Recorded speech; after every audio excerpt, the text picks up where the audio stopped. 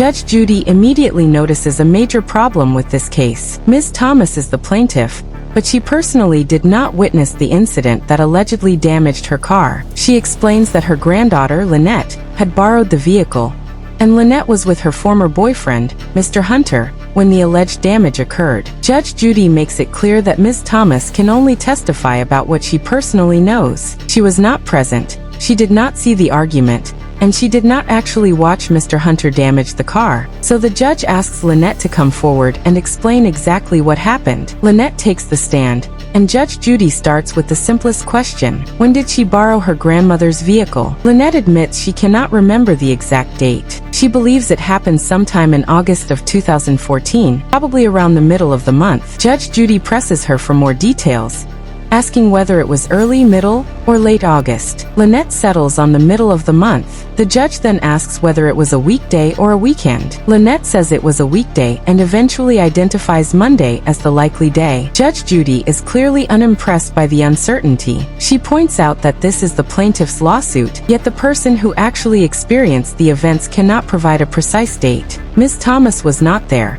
so the judge needs Lynette to establish a clear timeline. Judge Judy asks what time of day the incident occurred. Lynette says it was probably around 4 o'clock in the afternoon, because she had to take her grandmother to work at 3 o'clock. Judge Judy immediately catches the wording and repeats, 4 o'clock maybe? Lynette then confirms that it was around 4 o'clock. Now Judge Judy wants the entire story. Lynette explains that she had gone to pick up Mr. Hunter, because they needed to move some belongings out of a house where they had previously lived. She was driving her grandmother's car at the time. Judge Judy asks whether Lynette was still driving her grandmother's vehicle during all of this. Lynette confirms that she was. The judge then starts piecing together the sequence of events. There were belongings in the vehicle, Mr. Hunter was with her, and eventually they went to another house. Lynette says she needed to drop off some things and also check on her dogs because her grandmother was out of town. That statement creates another confusing moment. Judge Judy reminds Lynette that she had previously said she needed to take her grandmother to work. Lynette casually responds that she has several grandmothers, estimating that she has 6 or 7. The courtroom reacts with amusement, but Judge Judy simply tells her to continue with the story. Lynette says that after arriving at the house, she went to let her dogs inside. At some point, she and Mr. Hunter got into an argument. Mr. Hunter wanted Lynette to take him home, but she was already frustrated with him. Judge Judy stops her and carefully reconstructs the situation. She asks whether Mr. Hunter was inside the car when he asked to be taken home. Lynette clarifies that the conversation actually happened once they were at the house and were no longer driving. Judge Judy keeps drilling down. She asks where the two of them were when the argument began. Lynette says they were in the basement. Mr. Hunter told her he wanted to leave and go home, but Lynette responded that he should ask one of the women he had been talking to on Facebook to take him home. The disagreement escalated from there. According to Lynette, the argument continued as they moved between the house, garage, and vehicle. She eventually let the dog inside, and then went back outside. The two returned to the car because Lynette was apparently still considering taking him home, but the argument did not end. Instead, the tension continued, with both of them going back and forth. At some point, she got out of the vehicle and locked the doors. Judge Judy asks whether Mr. Hunter was still inside the car at that exact moment. Lynette explains that he was already outside by then. The situation had turned into a strange argument over who was going to get into the car, who was going to lock it, and who was going to leave. The dispute then moved back toward the house. Lynette says Mr. Hunter went upstairs and attempted to get the car keys. She had the keys and did not want to give them to him. The two continued arguing over access to the vehicle. Eventually, Mr. Hunter ended up in the garage and called someone to come pick him up. But the story becomes even more dramatic when Mr. Hunter wanted to retrieve his belongings from the car. Lynette admits she was angry and initially refused to let him have his things. The argument spilled out onto the street. According to Lynette, Mr. Hunter became so angry that he grabbed her grandmother's iPhone and threw it over a gate. Lynette admits that she retaliated. She took Mr. Hunter's phone and threw it onto the ground. That only made the situation worse. Mr. Hunter became furious about his damaged phone, and the two continued arguing. Lynette says she eventually ran toward the garage and tried to lock the door because she knew he was extremely angry. Then comes the moment at the center of the lawsuit. Lynette claims Mr. Hunter ran up onto the hood of her grandmother's car. She says he climbed across the hood, jumped back down, and then got into the vehicle of the person who had arrived to pick him up. Judge Judy repeats the allegation to make sure she understands it correctly. Mr. Hunter actually stepped onto the hood of the car and jumped off. Lynette says she personally witnessed him doing it. Judge Judy confirms that this is the alleged act that caused the damage to the vehicle. Lynette agrees. The grandmother, Ms. Thomas, is seeking compensation for the damage, including the insurance deductible and additional amounts for what she describes as vandalism and increased insurance costs. Judge Judy asks how much the insurance deductible was. Ms. Thomas says it was $500. The judge then examines photographs of the vehicle. Immediately, Judge Judy notices something important. The pictures show several dents and scratches, but not all of them appear connected to someone jumping on the hood. Judge Judy points out that the car has numerous marked areas, yet some of those damages clearly could not have been caused by Mr. Hunter. She sees evidence that someone may have jumped on the hood, but she also sees other damage that appears older or unrelated. The judge makes it clear that she is not going to automatically blame Mr. Hunter for every mark on the vehicle simply because one incident occurred. Judge Judy then turns her attention to Mr. Hunter and asks how angry he was when Lynette refused to take him home. He admits that he was extremely upset, rating his anger at a 10 out of 10. He confirms that he had belongings inside the car, and that Lynette would not immediately let him retrieve them. Mr. Hunter says he eventually called his sister to come pick him up. Judge Judy identifies the woman standing nearby and asks whether she is the sister. The woman confirms that she is. Judge Judy asks her to explain what happened when her brother called. She says he sounded extremely frustrated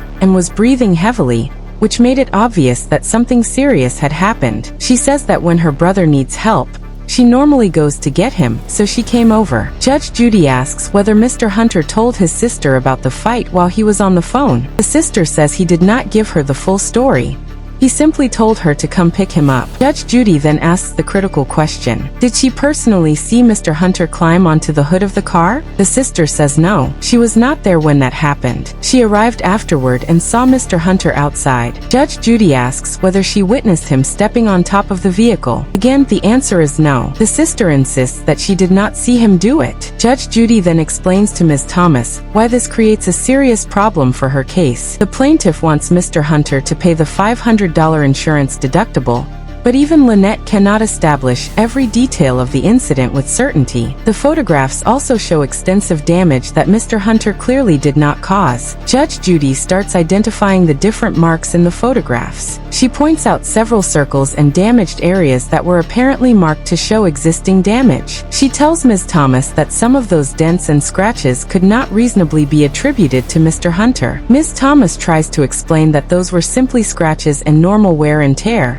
but Judge Judy notices that some of them are actually dents. The judge asks the obvious question: if Mr. Hunter did not cause those other dents, who did? Ms. Thomas says she believes they were already there from normal use. But Judge Judy finds another problem. There is a large dent on the side of the vehicle that clearly could not have been created by someone jumping on the hood. Ms. Thomas insists that the dent was not there before Lynette used the car. Judge Judy immediately points out the contradiction. If Lynette caused that particular damage while using the car, then Ms. Thomas may have a separate issue with her granddaughter, but that does not make Mr. Hunter responsible for it. The judge says she cannot hold Mr. Hunter liable for damage simply because it appeared around the same time as the argument. Ms. Thomas tries to explain that she is relying on what Lynette told her. She knows the two young people were fighting, and she believes Mr. Hunter caused the damage. But Judge Judy reminds her that belief is not the same as first-hand knowledge. Ms. Thomas did not witness the incident, and Mr. Hunter denies causing the damage. The confusion increases when Judge Judy asks exactly who picked Mr. Hunter up after the argument. Lynette's version and the other testimony do not immediately match. One person says it was the sister. Another reference is made to a mutual friend or an aunt. Judge Judy becomes particularly interested because she wants to know whether there is another independent witness who could confirm what happened. She asks Lynette to identify the person who allegedly came to collect Mr. Hunter. Lynette says she remembers a mutual friend being involved, but cannot provide the woman's name. Judge Judy asks how Lynette knows the person was there. Lynette says she remembers seeing her because she was present during the argument. Judge Judy then turns to Mr. Hunter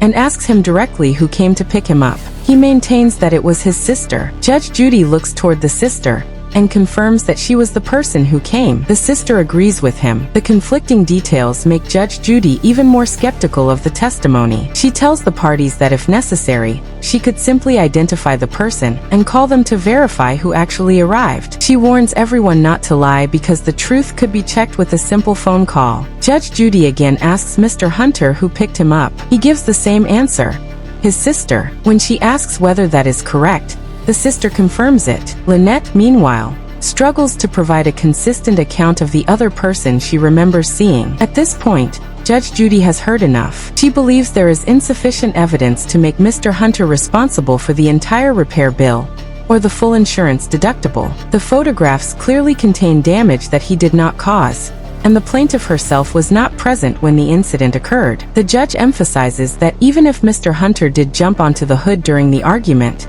that does not automatically make him responsible for every dent and scratch on the vehicle. The evidence has to connect the specific damage to the specific conduct being accused. Judge Judy then delivers her decision. Ms. Thomas's case is dismissed. She does not award the requested compensation for the vehicle repairs, and she makes it clear that the plaintiff failed to establish her claim with sufficient evidence. The case ends with Judge Judy visibly frustrated by the inconsistent testimony and the unclear timeline. What started as a simple complaint about a damaged car turned into a chaotic story involving a borrowed vehicle, an angry former boyfriend, locked car doors, thrown phones, a heated argument, multiple relatives, and conflicting memories about who arrived to pick whom up. In the end, Judge Judy refuses to make Mr. Hunter pay for damage that cannot clearly be attributed to him. The message is straightforward. If you want someone to pay for property damage, you need more than an accusation. You need credible evidence showing what happened, who caused it, and which damage actually came from that incident. With too many unanswered questions and too many conflicting details, Judge Judy dismisses the case and sends everyone home.